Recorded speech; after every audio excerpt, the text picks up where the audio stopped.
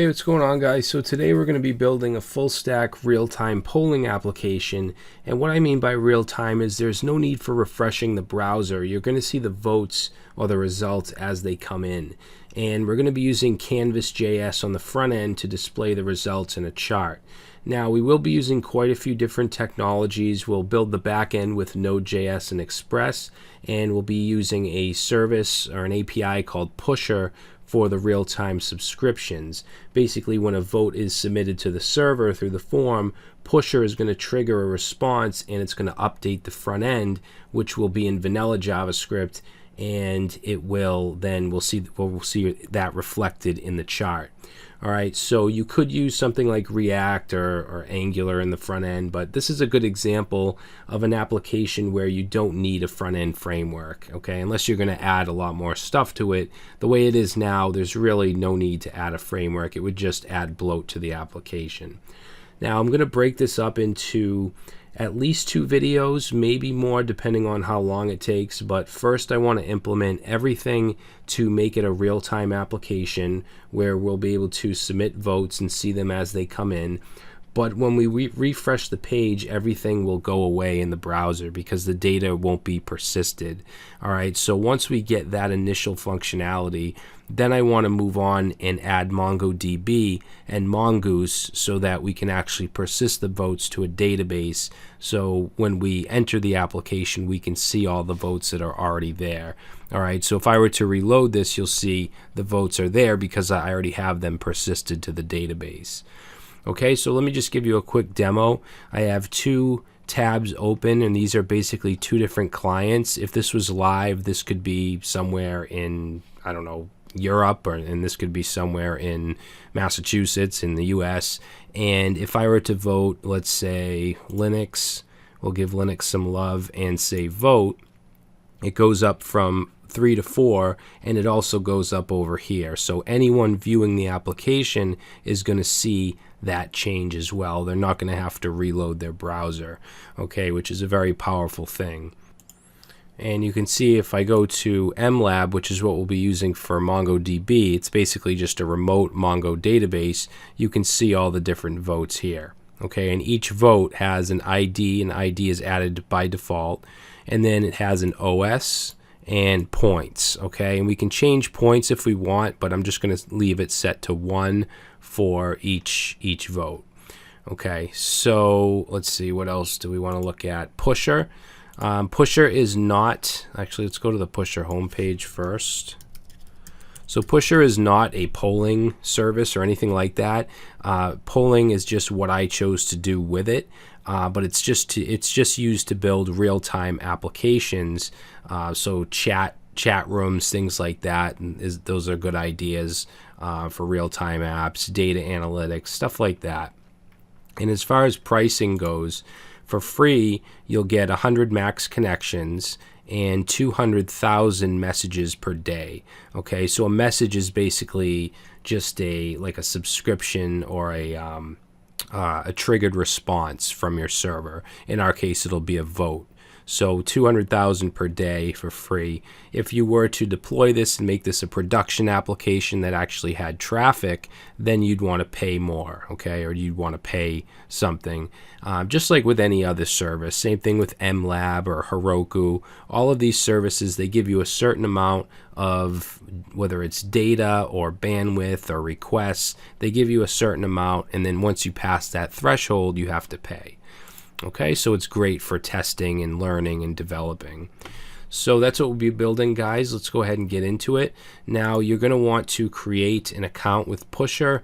It's completely free to sign up. You can sign up with GitHub, which is what I did. And then once you're signed up, you can go to your dashboard. Now, I already have an app created, so you're looking at the dashboard for that, and it shows you the total messages, the total connections you've had for the day, stuff like that. But I'm going to start from scratch because I want you guys to be able to follow along. So I'm going to go to Your Apps and create a new app. All right, so you should be following along if you want. If not, you can just watch. But we're going to call this PusherPoll. That's going to be the name of the app. And then we can choose our front-end technology. So we can use Android, Angular, iOS, Backbone, JavaScript, jQuery, or React. Okay, I'm going to choose JavaScript. For the backend tech, I'm going to choose Node.js, but as you can see, this is not limited to JavaScript. You can use Python, PHP, even specific frameworks like Django, Symfony. So it's very powerful and very diverse. So right here, it just asks you what you're building. I'll say real-time polling app and create. And there we go. So now we have a new app created. This is our dashboard. And then it gives you an example of just a very bare bones implementation. On the back end, we're using Node, so we want to install the pusher module and then just initialize it. You want to make sure you use your own app data here, your ID and secret key, all that stuff. And then when we want to send or trigger a response, we use pusher.trigger. And then on the front end, when we want to catch it, we subscribe to it like this, pusher.subscribe. Okay, so we don't really have to do anything else here. This is just our dashboard. If we go to overview, again, you'll see all your connections and stuff like that. But we can close this up for now and get started with our application. Okay, so what we're going to do is create a new folder. I'm going to create mine in my Dropbox code prod, and I'm going to create a new folder here called PusherPoll, and we're going to open that with VS Code. You can use whatever text editor you want, of course, but I'll be using VS Code. I'll also be using the integrated terminal, which if you hit Control or Command backtick, that'll open. I also have GitHub or Git Bash integrated with my terminal here. All right, so let's go ahead and generate a package.json file with npm init. And we'll just go through this real quick. Description, I'll say real-time polling app. And entry point, I'm going to use app.js. Let's see, author. Feel free to put your own name, license. I'm going to say MIT. Okay, but you can put whatever you want. Doesn't really matter. All right, now we need to install some dependencies. So I'm going to clear this out, and we're going to do npm I or install. We want Express. We want body parser because we're going to be handling a form submission. We need to get the data, so body parser is used for that. We also want pusher, and we also want cores because I want people from other domains to be able to make requests without having issues. All right, so I think, let's also add Mongoose. We won't be using it till later, but we might as well add it. So those are the main dependencies. Now we're going to install one more as a dev dependency, and that's NodeMon, so that we can constantly watch our application. So we'll say npm I --save--dev to make it a dev dependency, and then NodeMon. Okay, and we're going to create two scripts in our npm file as well, or our package.json file. So we can get rid of this test, and let's say start. So this will be the main start script, which will be node app.js. So that's for like deployment, your standard start, and then we'll do a dev script, which will use NodeMon. So we'll say NodeMon app.js. And NodeMon will make it so that we don't have to keep refreshing our application, our backend. So let's save this, and that should be good. Now what we're going to do is create our app.js file, and let's go ahead and open that up. And we're going to start off just building a basic Express server. So let's bring in Express. I'll say const express equals require express, and we might as well bring in some other stuff as well. The path module is included with Node.js. It's just to deal with file paths. We're going to use it to declare the public folder.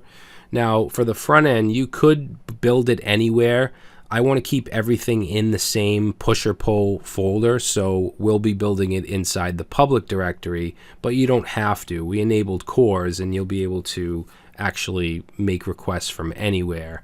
So you don't need to do that, but it's just for simplicity. Okay, and we're not using any kind of template engine or anything like that. It's just going to be an HTML file with some front-end JavaScript. So we also need body parser, which again is for getting the data from our form. And we also want cores for cross-domain functionality or authorization. All right, now what we'll do is create our app variable and set it to Express. And next thing we'll do is let's set our public folder. So we do that by saying app.use express.static, and then in here we just want to reference the folder we want to use. Here we're going to use the path module and the join method, and we're just joining the current folder, which is double underscore dir name, and then we want that to go to the public folder. All right, so basically current directory / public should be our static folder. Now under that, I'm just going to do the body parser middleware. This is just a couple lines that you need to have if you're going to use the body parser. It's right in the documentation as well, so it's going to be app.use bodyparser.json, and then we also want app.use bodyparser.url encoded, and we're going to pass in an object with extended and set that to false. All right, so just standard middleware. And then we want to enable cores. You don't need the cores module for this, but if you didn't use it, you'd have to add the code manually, which is like, I don't know, 5 or 6 lines of code.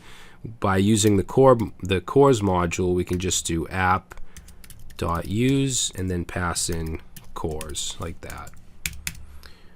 All right, so next thing we'll do is create a port number.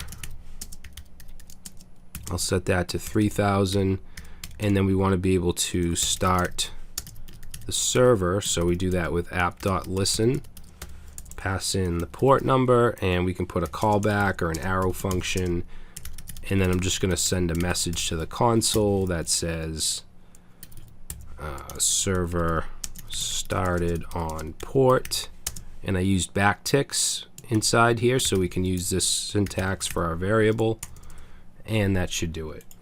So we'll save it, and now what I'm going to do is create the public folder and create an index.html file. Okay, now we're going to finish the back end first, but I just want to make sure that the front end loads, the index page loads. So in this file, let's use emit. We'll do !tab, which will give us our head body tags, and inside the title here, let's say PusherPoll, and then we'll put an h1 here,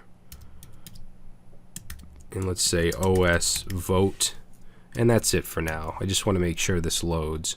So we'll save this, and it should load because it's index.html and it's in the public folder, and we don't have a specific route set in our app.js, so it should work. So let's go down here and say npm run dev. Let's see. Oh, I have something running on 3000. Let me just cancel that real quick.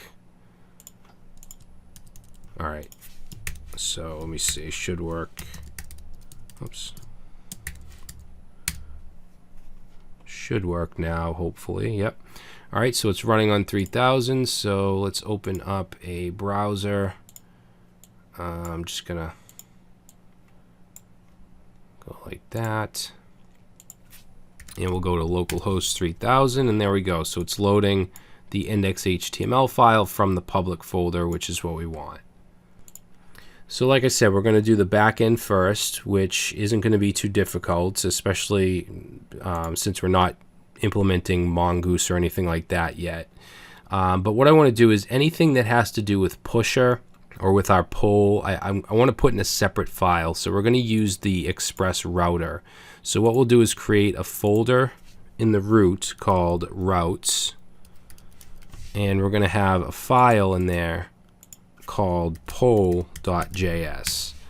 Okay, and then let's go back to our app.js file and let's include that. So we'll just go right under here, and let's say const poll equals require. It's going to be // it's in the same folder, it's in the same root directory, and then in routes, and then poll. Okay, and then to be able to use that with the router, we're going to go down to the bottom right before the port, and let's say app.use, and we want to say anything that goes to the /poll URL is going to reflect in the poll file, okay, which we just set right here. All right, so we'll save that, and then we'll go to our poll.js. Now it's going to give us an error because it's telling us, yeah, we haven't set up the router yet. So let's go into poll.js, and inside here, what we'll do is first bring in Express because we need to use the Express router.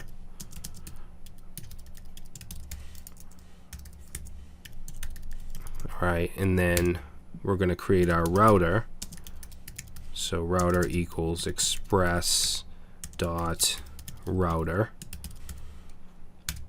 and let's go ahead and set up, we'll say router dot get for the /. Now since we're in the poll routes file, when we do a / that actually means, if we go over here, that actually means /poll. Okay, because in the app.js, that's what we set. Anything set to /poll will reflect in the poll file, and / will actually mean /poll. So we'll put in our arrow function here, and every route should have a request and response passed in. And then let's just put in here res.send for now, and we'll just say, I don't know, poll. And then since we're using the router, we have to export it with module.exports equals router, and save. And now let's go to /poll get request, and you can see we get that sent to the browser. All right, so later on what will happen here is we'll fetch from the database all of our polls, and we'll send a JSON response to the front end, but for now that's fine. So when we submit our form, okay, so this page will have a form, and it's going to make a post request to /poll. So what we can do is say router.post to handle our post request. It's going to be to /poll, but remember we're in the polls route file, so it's just going to be / here. And then we're going to just pass in here request response. And then this is where we actually want, we actually want to trigger Pusher. So if we go back to our Pusher dashboard, which is here, and let's see, is this the right application? No. All right, so if we go to our Pusher dashboard and we go to get started, let's go down here. We need to bring in Pusher, we need to initialize it with our app data, and then do the trigger inside the post. Okay, so let's bring in Pusher, and we're in the poll.js file. Let's see, so const Pusher equals require Pusher, and then I'm going to grab this here. Now you'll have different you'll have a different ID, key, secret, all that stuff. Make sure you use your own. Okay, and then I'm going to paste that in there. And then for the trigger, I guess I'll just go ahead and grab that. So when the form's submitted, it's going to hit this route, and then we're going to call pusher.trigger, but we don't want to use my channel. I'm not going to use that. So let's put in here os-poll. And then instead of my event, let's use os-vote, and then we don't want to send a message that says hello world. What we want to send is the points and the actual vote, or the OS. So let's do points, and I'm just gonna put a 1 here, and then the OS is going to come from the form, which we can get from request.body.os, okay, because we're using the body parser. And then as far as what we're going to return, it's just going to be a JSON. We're going to say res.json and pass in here, we'll say success true, and we'll put a message which will be a string that says thank you for voting. Alright, and that's it. So we'll save that, and up until we start to work with the database, this should be it for the back end. Okay, so now what we'll do is in the front end, the index.html, let's finish up the UI here, which is pretty simple. We do want to use materialize CSS, so I'm going to just go and search for materializecss.com, get started, and we're going to grab the style sheet, the CDN here, and let's put that in the head right there. And then the JavaScript, we'll grab that script, put that right above the ending body tag. Now materialize also needs jQuery, so I'm going to search for the jQuery CDN, and we're going to grab the uncompressed version, doesn't really matter, and just grab the script tag. Make sure you put it above the materialize. Okay, so if we save that and we go back to our front end, you can see that it's changed a little bit. Now I want to wrap everything in a container. Alright, so we'll go ahead and bring this h1, let's bring that up here, and then we're going to put a paragraph, and we're just going to say vote for your favorite OS to develop on. And then we need some options, so we're going to put in a form. I'm going to give it an ID of, let's say, vote-form, and we don't need an action, get rid of that. Alright, and then inside the form, let's put every radio button inside a paragraph. I'm just going to make this smaller. Actually, let me make sure. Yeah, okay, so everything's good on the back end. So inside the paragraph, we're going to put an input, and we're going to give it a type of radio, and it's going to have a name.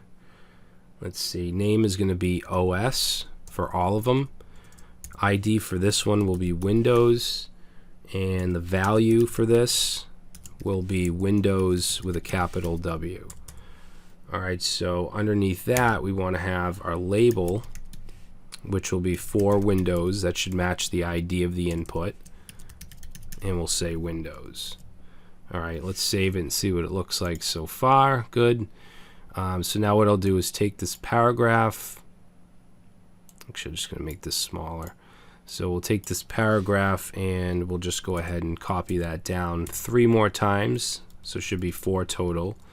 And let's change the ID here to Mac OS. Change the value to Mac OS.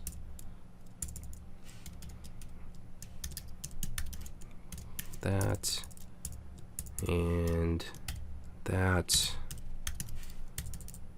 And then this one here will be Linux.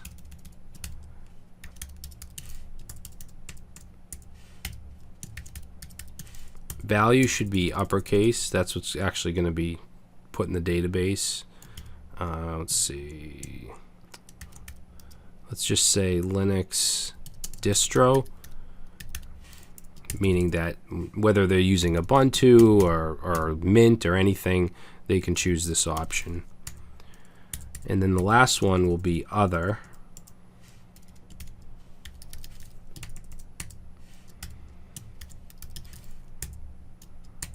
All right, and for the text, I'm just going to say something else. For should be other. All right, so those are our options. Now let's put in an input with the type of submit, and the value will be vote. And let's give it a class of btn to make it look good, and save, reload, and there we go. There's our form. Now as far as the HTML, the only other thing we need is a container for the chart. So I'm going to go below the form and just put in a couple line breaks, and then under that I'm going to have a div with the ID of chart container, and we're also going to give it a style, and that will be a height of 300 pixels. Oops, 300 pixels, and then let's do a width of 100%. So 100%, and that should be good. Okay, so that's where our chart will go. Nothing's going to show up yet because we have to initialize it in the JavaScript. Now, there's a couple things we need to add here in our scripts. We need to add the CDN for Canvas.js, as well as the CDN for Pusher on the front end. All right, so we're going to search for Pusher CDN, and this first option here from CDN.js, we'll grab right here, pusher min.js. I'm going to copy the script tag, and we're going to put that right under the materialize script. And then let's also search for Canvas.js CDN. And we're going to grab the canvas min script tag and put that right here. Okay, and then we're going to have our own JavaScript file on the front end as well. So let's put in script source, and we'll call it main.js. So let's save that and let's create that file. So in public, we need a main.js file. All right, and this is where all of our client-side JavaScript is going to go. Now this video is getting kind of long, so I think I'm going to go ahead and stop it here. Now that we have our backend pretty much done until we're dealing with the database, and then our front-end UI is done, all of our scripts are connected. Now we just want to write our client-side JavaScript, so we'll do that in the next video.